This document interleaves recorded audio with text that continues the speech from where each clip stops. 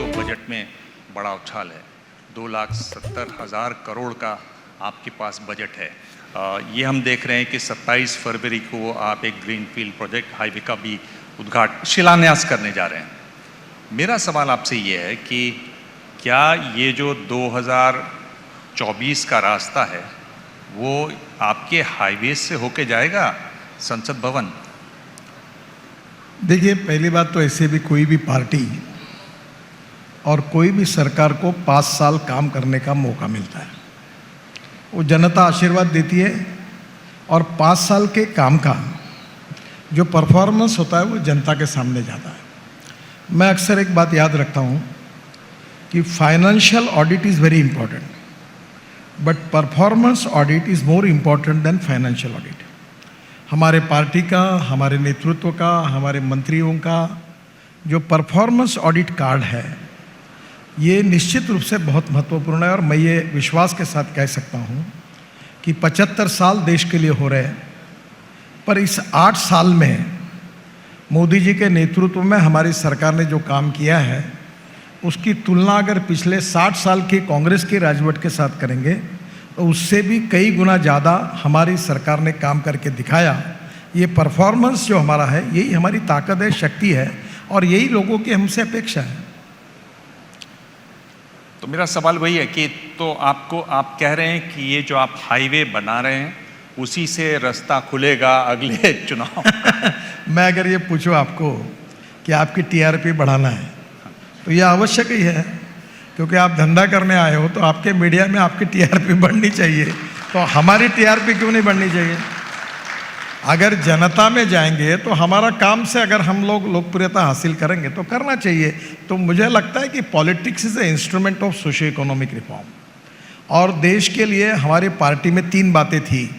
जब मैं अध्यक्ष था तो भाजपा कार्यालय के बाहर दिल्ली में एक अटल जी और अडवाणी जी की फ़ोटो के साथ वो लिखा था, राष्ट्रवाद ये हमारा आत्मा है, गुड गवर्नेंस एंड डेवलपमेंट ये हमारा मिशन है, और अंत्योदय जो व्यक्ति शोषित है, पीड़ित है, दलित है, सामाजिक आर्थिक शैक्षणिक रूप से पिछड़े हुए हैं, जिनके पास घर नहीं है, शरीर पर कपड़ा नहीं है, खाने के लिए रोटी नहीं है, उनको भगवान मानकर हम उसकी निरंतर सेवा करते रहे। और जिस दिन उनको रोटी, कपड़ा और मकान मिलेगा उसी दिन हमारा कार्य पूरा होगा, ऐसा हम समझेंगे। ये पंडित दीनदयाल उपाध्याय जी का सोशियो इकोनॉमिक थिंकिंग हमारा उद्दिष्ट है, और हम कोई छुपाते नहीं है। हमारे विचारों को लेकर हम उद्दिष्ट के अनुसार गुड गवर्नेंस और डेवलपमेंट में अच्छा काम कर रहे हैं, और जनता का भी हमारे से यही अपेक्षा है। अगर आप देखें तो national highway authority of India जो है उसका जो कर्ज है वो लगातार बढ़ रहा है। 3.4 लाख करोड़ रुपया उसका कर्ज है। उस हालत में आप कैसे जगह बनाएंगे काम की संभावना? देखिए, ये अच्छा हो गया मुंबई में प्रश्न पूछ रहे हैं आप। अभी मुख्यमंत्री चले गए, जो MSRDC है उसका संस्थापक अध्यक्ष मैं था, और मैं उस समय मेरे पास 5 करोड़ रुपए थे, और मैं दिल्ली मुंबई पुणे एक्सप्रेस हाईवे, वर्ली बांद्रा सी लिंक प्रोजेक्ट और 55 फ्लाईओवर बना रहा था।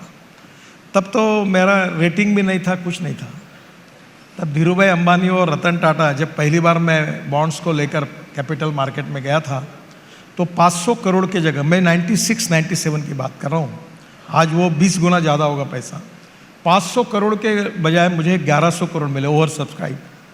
और आज आपको बताता हूँ कि ये सब काम भी, पैसे भी, कर्जा वापस हो गया। अब महाराष्ट्र सरकार ने मुंबई पुणे हाईवे बेचकर 8,000 करोड़ रुपए मोनेटाइज किए।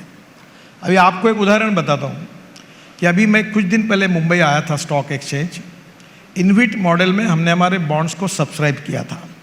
10 दिन की मुदत थी, और मेरे कार्यक्रम में 10 दिन के बाद वो घंटी बजाकर उसको क्लोज करने का एक पद्धति रहती है, और एक पहले ही दिन 7 घंटे में हमारा bond issue 7 times over subscribe हुआ। और मैं गोवा में एक कार्यक्रम के लिए गया था, वहाँ से छोड़कर मैं दूसरे सुबह मुंबई आया और हमने उसको क्लोज किया। तो ये बात सबसे गलत है कि हम लोग, ये जो लोग हमारी इकोनॉमिक्स को नहीं समझते वो ये लिखते हैं अखबार में।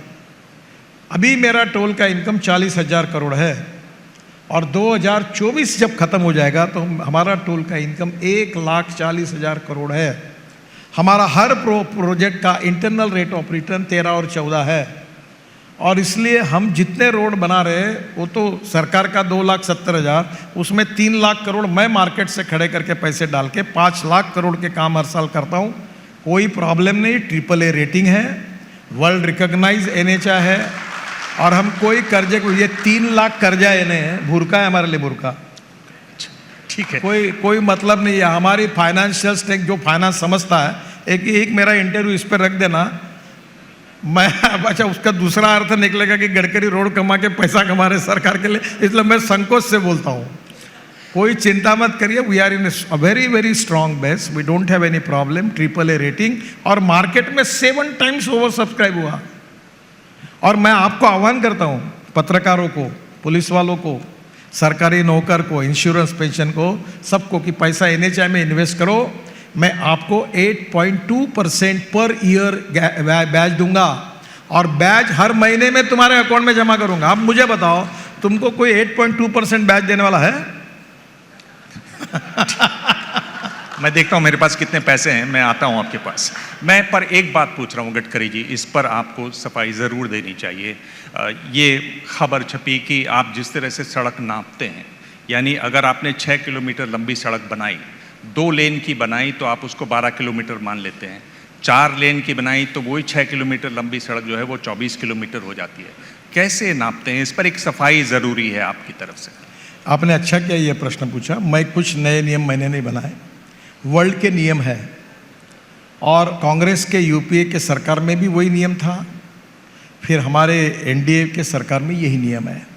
जब एक लेन होती है तो उसको 1 किलोमीटर कहते हैं, और ये हिसाब अनेक सालों से चल रहा है, ये वर्ल्ड स्टैंडर्ड है।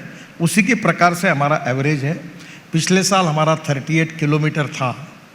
अब इस साल मार्च तक कितना होता है, थोड़ा सा कम हो रहा है, अभी कितना होता है मैं बता नहीं पाऊँगा, पर मेरा टारगेट है 60 किलोमीटर पर डे। और मैं जब मंत्री बना तब एक समय ऐसा था कि 2 किलोमीटर पर डे तक UPA की सरकार में सड़क निर्माण का कार्य उस महीने में आया था, पर अभी उस समय 12 तक था। आज हमारा करीब हुआ और हमने 6 वर्ल्ड रिकॉर्ड बनाए। 6 पहली बार इस देश में 6 वर्ल्ड रिकॉर्ड हमारे रोड मिनिस्ट्री ने बनाया, जिसका क्रेडिट मुझे नहीं है, हमारे इंजीनियर्स और कॉन्ट्रैक्टर सब ने मिलकर किया। एक और बहुत गंभीर सवाल है गडकरी जी कि सड़क दुर्घटनाओं का और सड़क पर मौतों का, अगर NCRB का आंकड़ा देखें तो करीब 1,50,000 लोगों की मौत सड़क पर होती है सालाना। हाईवेज़ पर, नेशनल हाईवेज़ पर 1/3 मौतें होती हैं। और अगर आप देखें तो ग्लोबली जो मौतें सड़क पर होती हैं, 11% मौतें भारत में होती है, जबकि वर्ल्ड बैंक का आंकड़ा है कि हमारे पास केवल 1% गाड़ियाँ हैं। इस पर आप कितने चिंतित हैं? इसको आप कैसे देखते हैं? देखो, मैं पूरी तरह चिंतित हूँ और मेरे डिपार्टमेंट का यही ब्लैक स्पॉट है। मैं बहुत कोशिश कर रहा हूँ, पर मुझे कबूल करने में संकोच नहीं कि इसमें मैं कामयाब नहीं हो पाया। हमारे देश में हर साल 5 लाख एक्सीडेंट होते हैं, 1.5 लाख मौतें होती है, और 18 से 34 वयोगट में 60% लोग मरते हैं। नए नए इंजीनियर, डॉक्टर, लड़के लड़कियाँ, उनका देहांत होता है। और इसमें सबसे बड़ी बात है कि इसमें हमें सबका सहयोग चाहिए, ह्यूमन बिहेवियर बदलना चाहिए। अगर रेड सिग्नल है तो रुकना चाहिए। आज ही आपको बताता हूँ, मैं 4 मुख्यमंत्रियों के गाड़ी में बैठा हूँ, नाम नहीं बताता। तो आजकल वो अमेज़ॉन पे एक ये मिलता है, वो क्लिप। आज भी मैं था, वो क्लिप लगी सरकारी गाड़ी में, मैंने उसको डांटा, बोला निकल क्लिप, और खबरदार फिर से लगाई तो। और मेरा लगाओ, बेल्ट लगाओ, पीछे बांध के रखा था, बेल्ट लगाया। और ये देश में बेल्ट लगाना अब ये बहुत आवश्यक है। अभी पीछे में बेल्ट लगाने हमने अनिवार्य किया है। और दूसरी बात, रेड सिग्नल होगा तो रुकना चाहिए। कहीं स्पीड लिमिट्स के बारे में नियम है, हेलमेट पहनना चाहिए। ये जो ह्यूमन बिहेवियर है, इसको बदलने की आवश्यकता है, जिसमें आपका सहयोग चाहिए। दूसरी बात, ये 5 बातों में है। ऑटोमोबाइल इंजीनियरिंग हमने सुधार किए, एयर बैग्स लाई, क्वालिटी सुधराई, जो जो करना है उसमें सुधार किए, इंटरनेशनल स्टैंडर्ड वर्ल्ड पैरामीटर के साथ पहुँचे। फिर रोड इंजीनियरिंग, इसमें बहुत गलतियाँ थी। मैंने केवल 40,000 करोड़ रुपए ब्लैक स्पॉट को इम्प्रूवमेंट करने के लिए, फिर भी मैं ये मानता हूँ कि मेरे डिपार्टमेंट में जो DPR बनाते हैं, डिटेल प्रोजेक्ट रिपोर्ट, इनकी बहुत गलतियाँ हैं। और मैंने उनकी मीटिंग लेके उनको कहा कि अगर इसके बाद कोई मरेगा तो 302 तुम्हारे ऊपर लगा के साले जेल के अंदर उनको डालूंगा। इतना मुझे को गुस्सा आया कि एक भी मिस्टेक रोड इंजीनियरिंग में नहीं हुई, उसमें गलतियां है, हमने उसमें सुधार किया। तीसरी बात जो है कि एजुकेशन, जो छोटे बच्चे 5वीं 6वीं से, उनको हमको रोड सेफ्टी के बारे में अवेयरनेस करके सिखाना चाहिए। देखो, कानून के प्रति डर भी नहीं और सम्मान भी नहीं, ऐसी विचित्र अवस्था में हमें है। तो एजुकेशन है। दूसरी बात इमरजेंसी है। अभी हम 670 रोड साइड एमिनिटीज़ बना रहे हैं और उसमें हेलीपोर्ट और ड्रोन पोर्ट बना रहे हैं। अभी वो दिन दूर नहीं है कि 4 लोग ड्रोन में बैठेंगे, उड़ेंगे और हवाई एयरपोर्ट उतर जाएंगे। अभी मैंने एक लॉन्च किया, 200 किलो का माल उठाकर जाता है। अभी चेन्नई का एक हार्ट इंस्टीट्यूट, लंग्स और हार्ट को ट्रांसप्लांट करता है, वो एयरपोर्ट पे लंग्स और हार्ट आने के बाद ट्रांसप्लांट करने के लिए वो ड्रोन से उठ के उनके हॉस्पिटल में जाता है। तो पहली बात हम लोग इमरजेंसी जो है वो करनी चाहिए। फिर इन्फोर्समेंट जी, अब कानून पे फाइन भी बढ़ा है, नया हमने एक्ट भी लाया। अब लोगों का फिर भी ऐसा बिहेवियर है, कोई चिंता ही नहीं करता, कोई बेल्ट नहीं लगाता, कोई हेलमेट नहीं लगाता, जी। ऐसी गाड़ियाँ चलाते हैं। जी। तो मुझे लगता है हम सब मिलकर, ये बात बिल्कुल ज़रूरी है और आपकी सही है कि we are highest in the world, जी, और 1.5 लाख लोगों की मौतें होती है और 3 लाख लोगों के हाथ पैर टूट जाते हैं और 3.42 जीडीपी का नुकसान इसके कारण होता है। पर हम लोग कोशिश कर रहे हैं। मैंने तो तय किया था कि 2024 तक हम 50% एक्सीडेंट और डेथ कम करेंगे, पर दुर्भाग्यवश उसमें ज़्यादा कुछ कमी नहीं हो पाई। हम ज़रूर कोशिश करेंगे, आप सबका सहयोग मिलेगा तो। पर गडकरी जी, ये तो विपक्ष बोलते हैं आप तो प्रचार प्रसार में बहुत माहिर हैं, फिर इस पर क्यों नहीं प्रचार प्रचार पर पूरा दौड़ लग रहा? मेरे बारे में ऐसा कहता है कोई? विपक्ष, मैं आपका नाम नहीं ले रहा हूँ। सर, मैं कभी अपना कटआउट नहीं लगाता, पोस्टर नहीं चिपकाता और कई पब्लिसिटी, मेरा पीआर नहीं। जो मन में आता वो बोलता हूँ और पब्लिक को भी कह देता हूँ, तुमको ज़रूरत होगी तो मत देना, वोट देना, नहीं देना तो मत देना। तो मैं एक बात आपको बता दूँ, इसमें हम लोग अभी बड़े बड़े फिल्म एक्टर्स को हमने एम्बेसडर बनाया, सेलिब्रिटीज़ को। मैं आपसे भी अनुरोध करूँगा, आप इस पे प्रोग्राम करिए, बच्चों को बुलाइए, लोगों को बुलाइए। आप आएंगे इस प्रोग्राम हाँ, पे? मैं आऊँगा। ठीक है, ये पक्का ह्यूमन रहा। मैं बिहेवियर को बदलना ये मीडिया के सहयोग के बिना नहीं ये ज़रूर करूँगा। एक जो बड़ी शुरुआत हो रही है और ये दुनिया भर में शुरुआत हो रही है, वो इलेक्ट्रिक व्हीकल्स की है। एक आंकड़ा है कि 2030 तक भारत में प्राइवेट गाड़ियों की बात करें तो वो 30%, कमर्शियल व्हीकल्स में 70% जो हैं वो इलेक्ट्रिक व्हीकल्स हो जाएंगी। क्या ये लक्ष्य है और क्या आप वहाँ तक पहुँच पाएंगे? देखिए, ये लक्ष्य 2030 वाली बात हमने कभी कही नहीं। मैं पब्लिक को सवाल पूछता हूँ कि आपके पास अगर गाड़ी है और उसके ऊपर पेट्रोल का खर्चा आपका 25,000 रुपये महीना है और कल उससे कंफर्टेबल गाड़ी आपको उसी प्राइस में मिलेगी और आपका खर्चा 2,500 रुपये होगा, तो आपको कोई मार्केट करने की ज़रूरत है? ई स्कूटर, ई ऑटो रिक्शा, ई बाइक, ई बस, अब ई कार। आपको बताता हूँ कि electric, ethanol, methanol, biodiesel, bio LNG, bio CNG, green hydrogen, ये हम लोग 16 लाख करोड़ रुपए का फॉसिल फ्यूल इंपोर्ट कर रहे हैं और हमारे प्रदूषण का कारण वो है। और हमारे देश में हमारा किसान अब अन्नदाता नहीं ऊर्जादाता बन रहा है। हम पेट्रोल में 20% इथेनॉल डाल रहे हैं, धीरे धीरे ग्रीन हाइड्रोजन किसान बनाएगा। और मैं आपको बताता हूँ, इलेक्ट्रिक में इतना हुआ कि मैं जब कहता था, आज मैं नाम नहीं बता सकता आपको, ये बड़े बड़े ऑटोमोबाइल मैन्युफैक्चरर मुझे कहते थे कैसे संभव होगा, कैसा होगा, आप एकदम कह रहे हो, समय लगता है। एक बड़े उद्योगपति ने मुझे कहा, ऑटोमोबाइल पहले 5 में है, कि आप जब ये ई व्हीकल की बात करते थे हमने आपको सीरियसली नहीं लिया क्योंकि हमारा विश्वास था कि ये हो नहीं सकता, पर अब हमको लगता है कि वी मिस द बस। और आज इंडियन ब्रांड्स ऐसे हैं कि जो इलेक्ट्रिक व्हीकल को प्रायोरिटी दे रहे, फैक्ट्री 4-4 हज़ार करोड़ पे इन्वेस्ट करके लिथियम आयन बैटरी की फैक्ट्री डाल रहे हैं और उसका जो सेल है वो 350% बढ़ा है। और आने वाले समय में ई व्हीकल इतने बढ़ेंगे, अभी हाइब्रिड आ गया जी। ये मालूम है, टोयोटो की एक कैमरी करके गाड़ी थी, उसमें पेट्रोल डालने के बाद 60% पेट्रोल और 40% इलेक्ट्रिक तैयार करती थी। अब टोयोटो की पूरी गाड़ियाँ आ रही जो 100% इथेनॉल, फ्लेक्स इंजन। इथेनॉल का रेट 60 रुपये, पेट्रोल का रेट 120 रुपये, और फिर वो 40% बिजली तैयार करेगी तो पेट्रोल का रेट आएगा 25 रुपये लीटर। फिर मेरे पास ग्रीन हाइड्रोजन की गाड़ी है घर पे, ग्रीन नहीं है, हाइड्रोजन की गाड़ी है। जी जी। हाइड्रोजन ये फ्यूचर का फ्यूल है। हमारी रेलवे के इंजन, हवाई जहाज, हमारी ट्रक, हमारी बसेस, हमारी इंडस्ट्री उस पर चलेगी।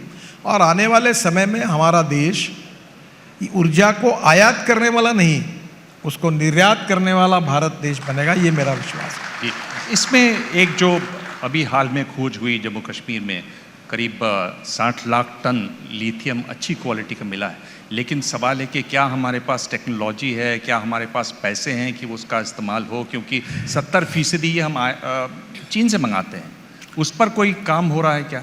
देखिए, पहली बात तो ऐसे कि लिथियम आयन बैटरी कॉस्टली है। उसकी cost per kilowatt per hour $150 थी, आज वो कॉस्ट $115 हुई है। और एक साल के अंदर, ये मेरा अजम्पशन है कि उसकी कॉस्ट $100 पे आएगी। तो पेट्रोल की गाड़ी और इलेक्ट्रिक की गाड़ी की कीमत, इलेक्ट्रिक बस और डीजल बस की कीमत सेम होगी। और इसलिए मैं आपको बताता हूँ कि हमारे देश में 400 स्टार्टअप है। अब आप आश्चर्य करोगे कि बजाज, टीवीएस और हीरो ये 50% टू व्हीलर एक्सपोर्ट करते हैं। अब लखनऊ में, कानपुर में छोटे छोटे 400 स्टार्टअप, यंग टैलेंटेड इंजीनियर, और वो बनाते, उनने क्या किया होशियारी कि बजाज, टीवीएस के मैं सबके स्कूटर में लॉन्च करता हूँ नई बनने के बाद, प्रोत्साहन देने के लिए। तो अभी उन्होंने 125 किलोमीटर की लिथियम आयन बैटरी लगाई। तो ये जो स्टार्टअप तैयार हुए, उन्होंने 60 किलोमीटर की बैटरी लगाई। अब क्या हुआ कि उन्होंने एक अध्ययन किया कि हर व्यक्ति दिन में, पूरे दिन में मैक्सिमम 24 to 26 किलोमीटर गाड़ी चलाता है। तो 60 की ज़रूरत है, तो कॉस्ट कम कर दी। तो 70,000 में जो छोटे सफाई कामगार, कांस्टेबल, गरीब लोग, वो इलेक्ट्रिक व्हीकल लेने लगे। तो 400 स्टार्टअप शुरू हुए। हिंदुस्तान में टैलेंटेड यंग इंजीनियर्स की कोई कमी नहीं है। इतना अच्छा स्टार्टअप काम कर रहे हैं कि मैं आपको बताता हूँ, मैं कोई देश का नाम नहीं लेता, पर आप मेरी बात को समझ लेना। हिंदुस्तान इसके बाद वर्ल्ड में इलेक्ट्रिक व्हीकल में, अभी हमारे ऑटोमोबाइल इंडस्ट्री का वॉल्यूम 7.5 लाख करोड़ से है, और मैं 5 साल के अंदर उसको 15 लाख करोड़ रुपए करना चाहता हूँ। वर्ल्ड की सब ब्रांड, एक आधे को छोड़ दो, सब ब्रांड हिंदुस्तान में है। और आज मैं शिपिंग मंत्री था, ये मुंबई में रो पैक्स चालू हो गया। इसमें एक जहाज आता था, चेन्नई से गाड़ियाँ यहाँ आती थी और मारुति की गाड़ियाँ कांडला से उधर जाती थी। तो अब बड़े प्रमाण पर हिंदुस्तान ट्रैक्टर, बसेस, स्कूटर, मैंने जैसे बताया टू व्हीलर 50% एक्सपोर्ट हो रहे हैं। और मैं आपको बताता हूँ 5 साल के अंदर हिंदुस्तान ऑटोमोबाइल मैन्युफैक्चरिंग में वर्ल्ड का नंबर 1 देश बनेगा। अभी एक छोटी सी बात, 2 मिनट में, पहले इसमें चाइना था, चाइना पहले नंबर पर, दूसरे नंबर पर अमेरिका और तीसरे नंबर पर जापान और चौथे पे इंडिया। आज मुझे बताते हुए खुशी हो रही है कि हमने जापान को पीछे डाला है, हम तीसरे नंबर पर आए और जापान हमसे पीछे गया है, और जल्दी ही हम नंबर 1 पर जाएंगे। और ये इंडस्ट्री जो है, इसमें सबसे महत्वपूर्ण बात है कि राज्य सरकार और भारत सरकार को सबसे ज़्यादा जीएसटी देने वाली ये इंडस्ट्री है। इस इंडस्ट्री ने 4.5 करोड़ जॉब क्रिएट किए हैं, और जब ये 15 लाख करोड़ की होगी तो 9 करोड़ जॉब्स क्रिएट करेगी। तो मुझे लगता है कि अब इसमें काफ़ी अच्छा काम हो रहा है, और आत्मनिर्भर भारत बनाने में और प्रदूषण को कम करने में ये इंडस्ट्री बहुत बड़ा योगदान देगी। तो इसी में जो नेशनल बस प्रोग्राम जो आपका है, जिसमें आप कोशिश कर रहे हैं कि इलेक्ट्रिक बसेस आएँ, और 50,000 बसेस की आप बात कर रहे हैं। दूसरा अभी टेंडर निकला 6,400 बसेस का, और उसमें एक बहुत बड़ी कंपनी है टाटा मोटर्स, उसने हिस्सा तक नहीं लिया। तो अगर इस तरह से प्लेयर्स छूट जाएंगे, मतलब पैसा उनको ठीक नहीं मिल रहा या कुछ ऐसा है कि जो स्टेट ट्रांसपोर्ट है वो मेरे डिपार्टमेंट के अंदर है, जो अर्बन ट्रांसपोर्ट है वो यूडी डिपार्टमेंट के अंडर है, और टेंडर निकाला वो पावर मिनिस्टर ने निकाला है। अब उसके साथ मेरा भी संबंध है। पर मैं आपको एक अच्छी बात बता दूँ, इसी मुंबई में मैंने डबल डेकर इलेक्ट्रिक बस का लॉन्च किया था। अब इलेक्ट्रिक बस में हमने जो टेंडर निकाला, वो नॉन एसी इलेक्ट्रिक बस की पर किलोमीटर कॉस्ट 39 रुपीज़ पर किलोमीटर है, और एसी बस की कॉस्ट 41 रुपीज़ पर किलोमीटर है। और ये बेस्ट की बस जो मुंबई में चल रही है, उसकी कॉस्ट 115 रुपये पर किलोमीटर है।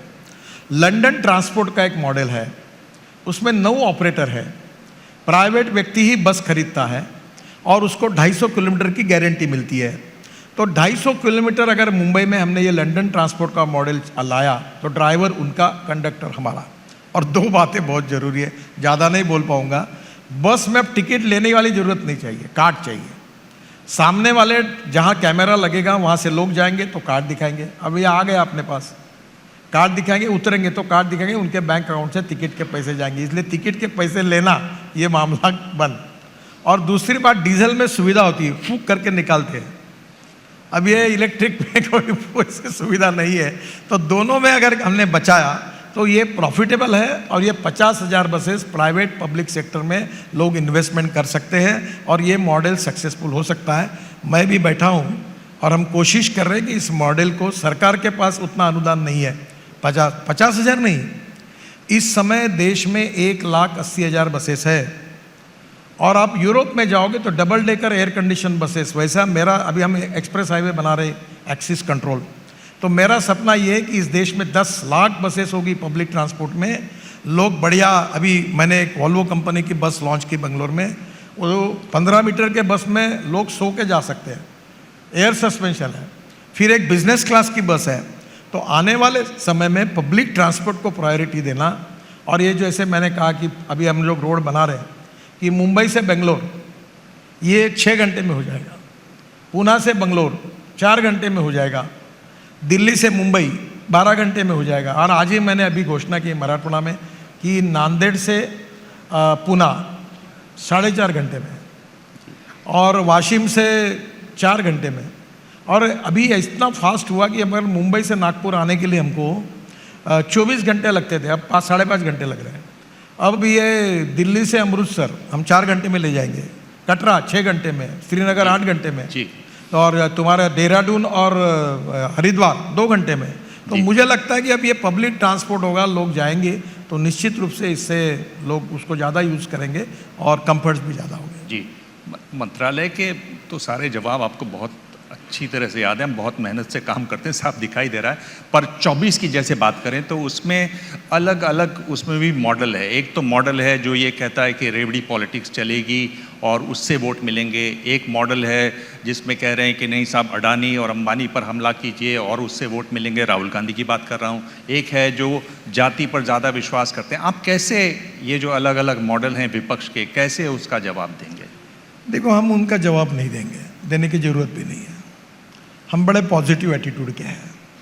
हमें जो अवसर मिला है उसके आधार पर हमने जो जो काम किया, प्रधानमंत्री जन धन योजना हो, आयुष्य योजना हो, रोड इंफ्रास्ट्रक्चर हो, रेलवे हो, 100 एयरपोर्ट हो, एग्रीकल्चर में नैनो यूरिया से लेकर परिवर्तन किया। हम अपने काम के भरोसे पॉजिटिविटी के साथ लोगों के मन में ये विश्वास पैदा कर हमने किया है और आगे चलकर इसी बात पर जाएंगे कि हमने ये काम किया है। और आपने जो देखा वो केवल ट्रेलर है, सही फिल्म शुरू होना बाकी है। आप हमको साथ दो और इसी काम के ऊपर अगले इसमें हम ज़्यादा काम करेंगे और पॉजिटिविटी के साथ हम जीतेंगे। अब कौन क्या बोल रहा है, कौन क्या कह रहा है, मैं ही सीरियसली नहीं लेता, कोई भी नहीं लेता, तुम काहे के लिए लेते हो?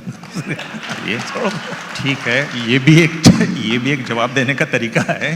अब मैं इसी पे पूछ रहा हूँ कि देखिए, कल यहाँ पर अरविंद केजरीवाल थे, वो उद्धव ठाकरे से मिले और उन्होंने कहा कि असली शेर वही हैं और वही असली शेर हैं। और जब महाराष्ट्र में चुनाव होंगे तो उनके परिणाम बीजेपी का जो गठबंधन है उससे कहीं ज़्यादा अच्छे होंगे। आप महाराष्ट्र के हैं, आप कैसे आंकते हैं इस पूरी लड़ाई को? मुझे तो मालूम नहीं, मुझे तो सब अपोजिशन पार्टी के लोग मिलते रहते हैं और मैं ऐसा नसीबवान सांसद हूँ कि मेरे डिपार्टमेंट में जब पार्लियामेंट में चर्चा हुई तो सभी पार्टी के 75 मेंबर ऑफ पार्लियामेंट ने अपने विचार रखे और 75 लोगों ने मुझे धन्यवाद दिया और मुझे अभिनंदन किया।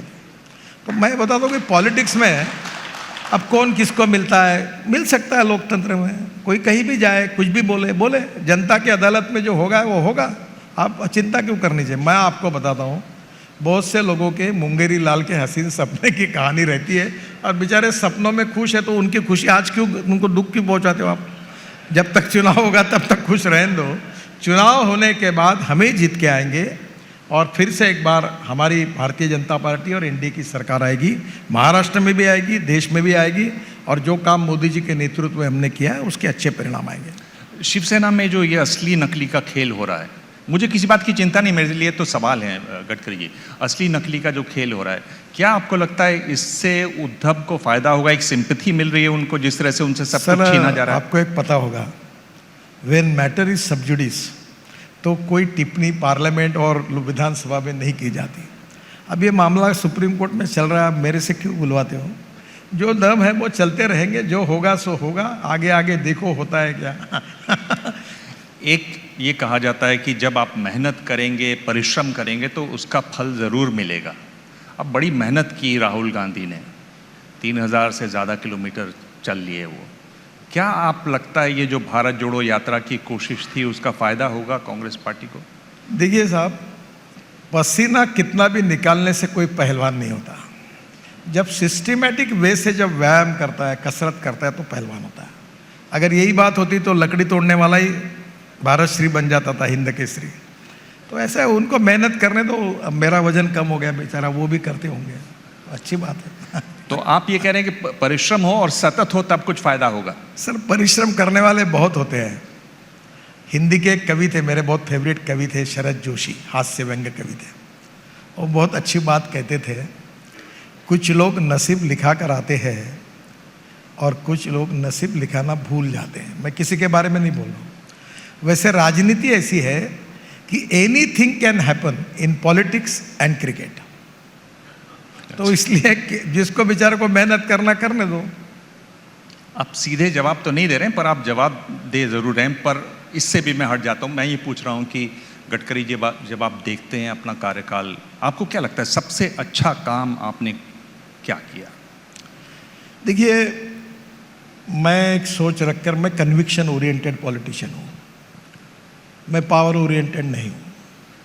मैं जब 11वीं में था तो जयप्रकाश जी का आंदोलन शुरू हुआ था और उसी समय मैं उस आंदोलन के साथ विद्यार्थी परिषद आरएसएस के साथ मिलकर राजनीति में आया हूँ। और मैं मानता हूँ कि politics is the instrument of socio economic reform. और मुझे बहुत काम करने का मौका मिला। अब मैंने बड़े बड़ी टनल बनाई, रोड बनाए, ब्रिज बनाए। ये वर्ली बांद्रा उस समय का है, मुंबई पुणे बना, अभी तो ऐसे 50 हाईवे में बना रहा हूँ। पर मेरे लाइफ का सबसे अच्छा काम अगर कोई हुआ है तो मैं बचपन में मेरी माँ के साथ, बहनों के साथ रेलवे स्टेशन पे जाता था। तो एक साइकिल रिक्शा में हम 4 लोग बैठते थे और चढ़ाव पर वो रिक्शे वाला हमको खींच के ऊपर लेके जाता था। तब मुझे बड़ा उसका पसीना निकलता था, बेचारा थक जाता था। तब उसको देखकर आंखों में आंसू आते थे। और मुझे खुशी है कि आज मुलायम सिंह जी नहीं है यादव। मैंने जब एक बिल लाया था तो मुलायम सिंह जी ने कहा था कि डॉक्टर राम मनोहर लोहिया कहते थे कि मैं जीवन भर इस रिक्शा में नहीं बैठूंगा, ये मानवीय शोषण का प्रतीक है। फिर दीनदयाल उपाध्याय ये कहते थे कि जिस दिन ये प्रथा बंद होगी वो देश के इतिहास का सुनहरा दिन होगा। तो मेरे मन में बहुत कमिटमेंट थी इसके बारे में। और मंत्री बनने के बाद मैंने इसके लिए स्पेशल बिल लाया। सुप्रीम कोर्ट तक केसेस चली। एक समय ऐसा हुआ कि मैं इतना टेम्प्टेड हुआ कि मैं सुप्रीम कोर्ट में आर्ग्यूमेंट करने के लिए जाने के मूड में था, पर हम जीत गए। मैकेनिक्स ड्रिवन ई रिक्शा ये बिल आया और आज मुझे खुशी है कि 1 करोड़ लोग इस देश में, बिहार, यूपी, सब नॉर्थ ईस्ट, आदमी आदमी को ढोने का काम करता था। ये बिल मैंने लाया, ई रिक्शा लाई, ई ऑटो रिक्शा आई। और आज मुझे खुशी है कि करीब आज लगभग आदमी आदमी को खींचने वाला रिक्शा आज कहीं दिखता नहीं। अगर बोरा कोई ले जाना है तो ई कार्ट पर ले जा रहा है, वो भी धीरे धीरे बंद हो रहा है। तो मेरे जीवन में बहुत से काम मैंने किए हैं, पर एक मानवीय दृष्टिकोण से इन 1 करोड़ लोगों को जो मुक्ति मिली है, ये वाकई में बड़ी बात है। Great achievement of my life. जी, ये वाकई में बड़ी बात है। आखिरी सवाल ये है, और ये सवाल बाकी नेताओं से जुड़ता नहीं, आपसे जरूर जुड़ जाता है। और सवाल है खाना और गाना। यानी एक तो आपको खाने का बहुत शौक है। मैं पूछ रहा हूँ कि मैं तो बहुत दूर से आया हूँ, उत्तर पूर्व से, महाराष्ट्र में आए, तो 3 चीज़ें क्या खानी चाहिए? और गाना आपसे जुड़ गया है, ये बता रहे हैं कि आपका गला बहुत अच्छा है, आप मूड में होते हैं तो बड़ा अच्छा गाते हैं। इसी मुंबई में मैं विपक्ष का नेता था, मंत्री था, पार्टी का अध्यक्ष था। मेरा वजन था 135 किलो, अभी मैं हूँ 86। तो मेरे नियत में कमी नहीं आई है, पर खाने में कमी आई है।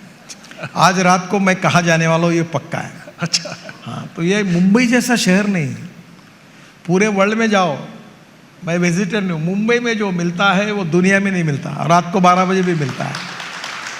तो मैं इतना ही कहूँगा कि अब मैंने बहुत कंट्रोल किया है, अब मैं थोड़ा खाता हूँ। तो मुझे होटल वाले पहचानते हैं, तो बोलते साहब गलती हो गई क्या? बोला क्यों? बोले आप पहले आके ये इतना खाते थे, अब कुछ भी नहीं खा रहे थोड़ा। अच्छा। तो मैंने बोला तुम्हारे में गड़बड़ नहीं है, मेरे में गड़बड़ हुई है। तो अब एक अच्छा हुआ कि मैंने वज़न को कंट्रोल किया। मैं 135 से 86 पे हूँ, अब मेरा वज़न 86 है। तो अभी मैं नियत है, मेरी नियत में कमी नहीं आई, पर मैं खाने में बहुत कम खाता हूँ। मुंबई में खाना होगा तो मुंबई में दादर में 2-3 रेस्टोरेंट है, उसमें मिसळ खाइए, दही मिसळ। अच्छा। वो प्रकाश है और आस्वाद है, वहाँ बहुत अच्छी बनती है, वहाँ का थाली पीठ अच्छा बनता है। अच्छा, तो बहुत लोग खाता हूँ। ठीक है, ज़रूर ये ये करेंगे। महाराष्ट्र के लिए बहुत अच्छी है। और गडकरी जी गाना? मैं तो गाना गाता नहीं हूँ, पर मैं साहित्य, संस्कृति, संगीत, मैं एक हमारे यहाँ पर मैं खासदार। बताता हूँ, आपको एक गाना बहुत पसंद है। कौन सा? जिंदगी कैसी है पहेली। नहीं, वो तो मुझे लकी अली का, मैंने आपके यहाँ फोटो देखा तो मैं सोच रहा था कि मैं उनका बहुत चाहता हूँ। लकी अली को? हाँ, उनका एक गाना मुझे बहुत अच्छा लगता है। कौन सा? वो नहीं बताना, क्योंकि आजकल मैं पब्लिक फिगर होने के कारण मैंने कुछ भी कहा तो तुरंत सब मीडिया पे चल जाता है। पर एक बात जरूर है, पर भारतीय ये गाना आपको पसंद है ना, जिंदगी कैसी है पहेली हाय, किसी हाँ, को मैं हंसाए किसी को रुलाए। काफ़ी, मैं बहुत सी गीतों को, नए लोगों के, अभी आजकल मैं कबीर के भजन सुनता हूँ। अच्छा। मुझे कभी कभी नए युग के भी संगीत सुनता हूँ, और मैं सांस्कृतिक महोत्सव करता हूँ नागपुर में, और रोज़ 50,000 लोग आते हैं, और ये जितने बड़े हैं सब लोगों के एक प्रोग्राम होते हैं।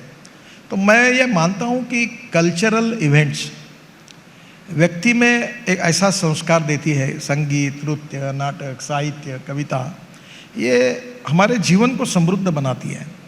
और मुझे जब भी फुर्सत मिलती है तो मैं सुनता, गुलाम अली को सुनता हूँ, गज़ल सुनता हूँ, किशोर कुमार के पुराने गाने सुनता हूँ, मुकेश मेरे बहुत फेवरेट है।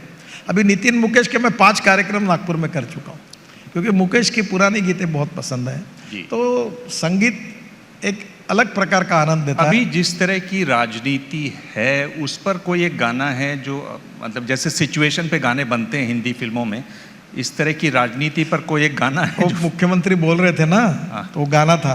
कौन सा? जब भी जी चाहे तो नई दुनिया बसा लेते हैं लोग, एक चेहरे पे कई चेहरे लगा लेते हैं लोग।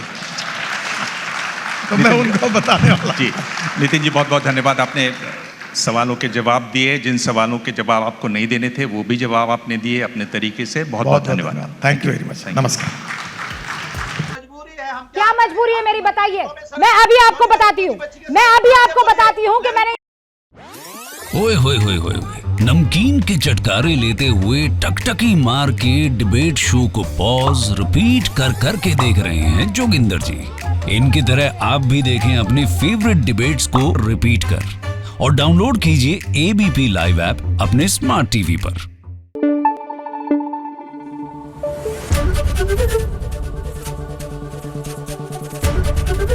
एबीपी न्यूज आपको रखे आगे।